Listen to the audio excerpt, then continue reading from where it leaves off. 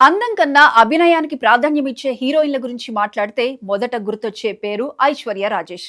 Glamour show చేయకుండా పాత్రకు ప్రాణం పోసే నటనతోనే ప్రేక్షకుల మనసు దోచుకోవచ్చు అని ఆమె చాలాసార్లు ప్రూవ్ చేసింది. అలా లేడీ ఓరియంటెడ్ సినిమాలకే కేర్ ఆఫ్ అడ్రస్ గా మారింది. కమర్షియల్ ఫార్మాట్ లో కేవలం పాటల కోసం, రెండు సీన్ల కోసం వచ్చే హీరోయిన్ గా కాకుండా కథనే తన భుజాలపై మోసే పాత్రలు ఎంచుకోవటం ఆమె స్టైల్. అందుకే సినీ వర్గాల్లో కూడా ఆమెకు ప్రత్యేకమైన గుర్తింపు వచ్చింది. గతేడాది సంక్రాంతి సందర్భంగా విడుదలైన సంక్రాంతికి వస్తున్నాం సినిమా ఆమె కెరీర్ లో ఒక పెద్ద మలుపు అవుతుందని చాలా మంది భావించారు.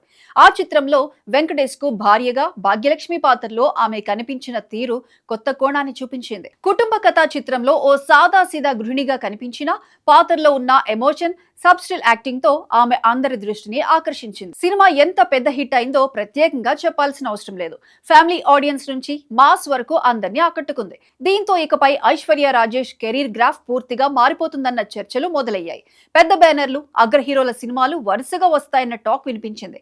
కానీ ఇండస్ట్రీ లాజిక్ అంత సింపుల్ గా ఉండదు కదా. సినిమా హిట్ అయితే అందరికీ అవకాశాలు ఒకే రేంజ్ లో రావు. అదే ఐశ్వర్య విషయంలో కూడా జరిగింది. ఆమె తాజాగా ఇచ్చిన ఓ ఇంటర్వ్యూలోనే ఈ విషయాన్ని చాలా నిజాయితీగా చెప్పింది. సంక్రాంతికి వస్తున్నాం తర్వాత వరుసగా ఆఫర్లు వస్తాయని, ముఖ్యంగా పెద్ద హీరోల సరసన హీరోయిన్ గా చేసే ఛాన్స్ దొరుకుతుందని తాను కూడా అనుకున్నానని చెప్పింది. కానీ అలా జరగలేదని క్లియర్ గా వెల్లడించింది. కొంతమంది దర్శకులు, హీరోలు ఐశ్వర్య హీరోయిన్ గా ఫిట్ అవుతుందా అని డౌట్ పడుతున్నారేమో అని కూడా ఆమె అనుమానం వ్యక్తం చేసింది. ఈ మాటలలో ఉన్న నిజాయితీ చాలా మందిని ఆలోచింపచేసింది. ఇండస్ట్రీలో గ్లామర్ ఇమేజ్ కూడా ఒక ఫ్యాక్టర్. కొంతమంది హీరోయిన్లు కమర్షియల్ ఫార్మాట్ లో సెట్ అవుతారు. మరికొందరు పెర్ఫార్మెన్స్ ఓరియంటెడ్ పాత్రలతోనే తమ స్థానాన్ని కట్టిపడేస్తారు. ఐశ్వర్య రెండో కోవకు చెందింది. ఆమెకు వచ్చిన కథల్లో బలం ఉంటే చాలు. హీరో ఎవరు, బ్యానర్ ఎంత పెద్దది అన్నది పెద్దగా చూడనని చెబుతోంది. నిజానికి ఆమె కెరీర్ మొదటి నుంచే అలా సాగింది. 21 ఏళ్ల వయసులోనే ఇద్దరు పిల్లల తల్లిగా నటించింది. చాలా మంది ఆ వయసులో గ్లామర్ పాత్రలు చేయాలని చూస్తారు. కానీ ఆమె మాత్రం పాత్ర బలం ఉన్నదా లేదా అన్నదే చూసింది. అందుకే తమిళంలో వచ్చిన కాకా ముట్టైలో ఇద్దరు పిల్లల తల్లిగా నటించి విమర్శకుల ప్రశంసలు కూడా అందుకుంది. ఆ సినిమా తర్వాత ఆమెను కేవలం హీరోయిన్ గా కాకుండా ఒక నటి అని గుర్తించారు. ఐశ్వర్య కుటుంబ నేపథ్యం కూడా సినిమా రంగంతోనే ముడిపడి ఉంది. ఆమె తండ్రి రాజేష్ తమిళ చిత్రసీమలో నటుడిగా గుర్తింపు పొందారు.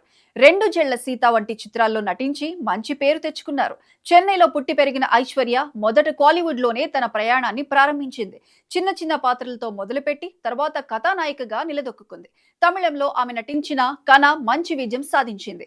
మహిళా క్రికెటర్ కథతో వచ్చిన ఆ చిత్రం ఆమె కెరీర్ లో స్పెషల్ మూవీగా నిలిచింది. అదే సినిమాను తెలుగులో కౌసల్య కృష్ణమూర్తి పేరుతో రీమేక్ చేశారు. ఆ ద్వారా ఆమె టాలీవుడ్ లోకి ఎంట్రీ ఇచ్చింది. తెలుగులోకి వచ్చిన తర్వాత వరల్డ్ ఫేమస్ లవర్, టక్ జగదీష్ వంటి చిత్రాల్లో నటించింది. అయితే అవి ఆమెకు కమర్షియల్ గా పెద్ద బ్రేక్ ఇవ్వలేకపోయాయి. కానీ సంక్రాంతికి వస్తున్న మాత్రం ఫ్యామిలీ హిట్ గా నిలిచి ఆమెకు మంచి గుర్తింపు తెచ్చింది.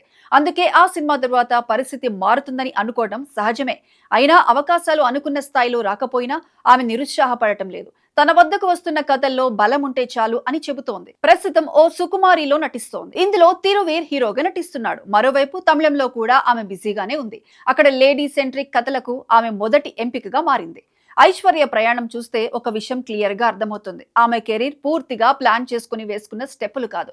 వచ్చిన అవకాశాల్లో తనకు నచ్చిన దాన్ని ఎంచుకొని ముందుకు వెళ్ళింది. గ్లామర్ కంటే నటనకు ప్రాధాన్యం ఇచ్చింది. అందుకే ఆమెను దర్శకులు కూడా పెర్ఫార్మెన్స్ ఓరియంటెడ్ రోల్స్ కోసం సంప్రదిస్తుంటారు. పెద్ద హీరోల సరసన నటించడం ఒక్కటే సక్సెస్ కాలమానం కాదని, మంచి పాత్రలు చేయడం ద్వారా కూడా నిలదొక్కుకోవచ్చని ఆమె నిరూపిస్తోంది.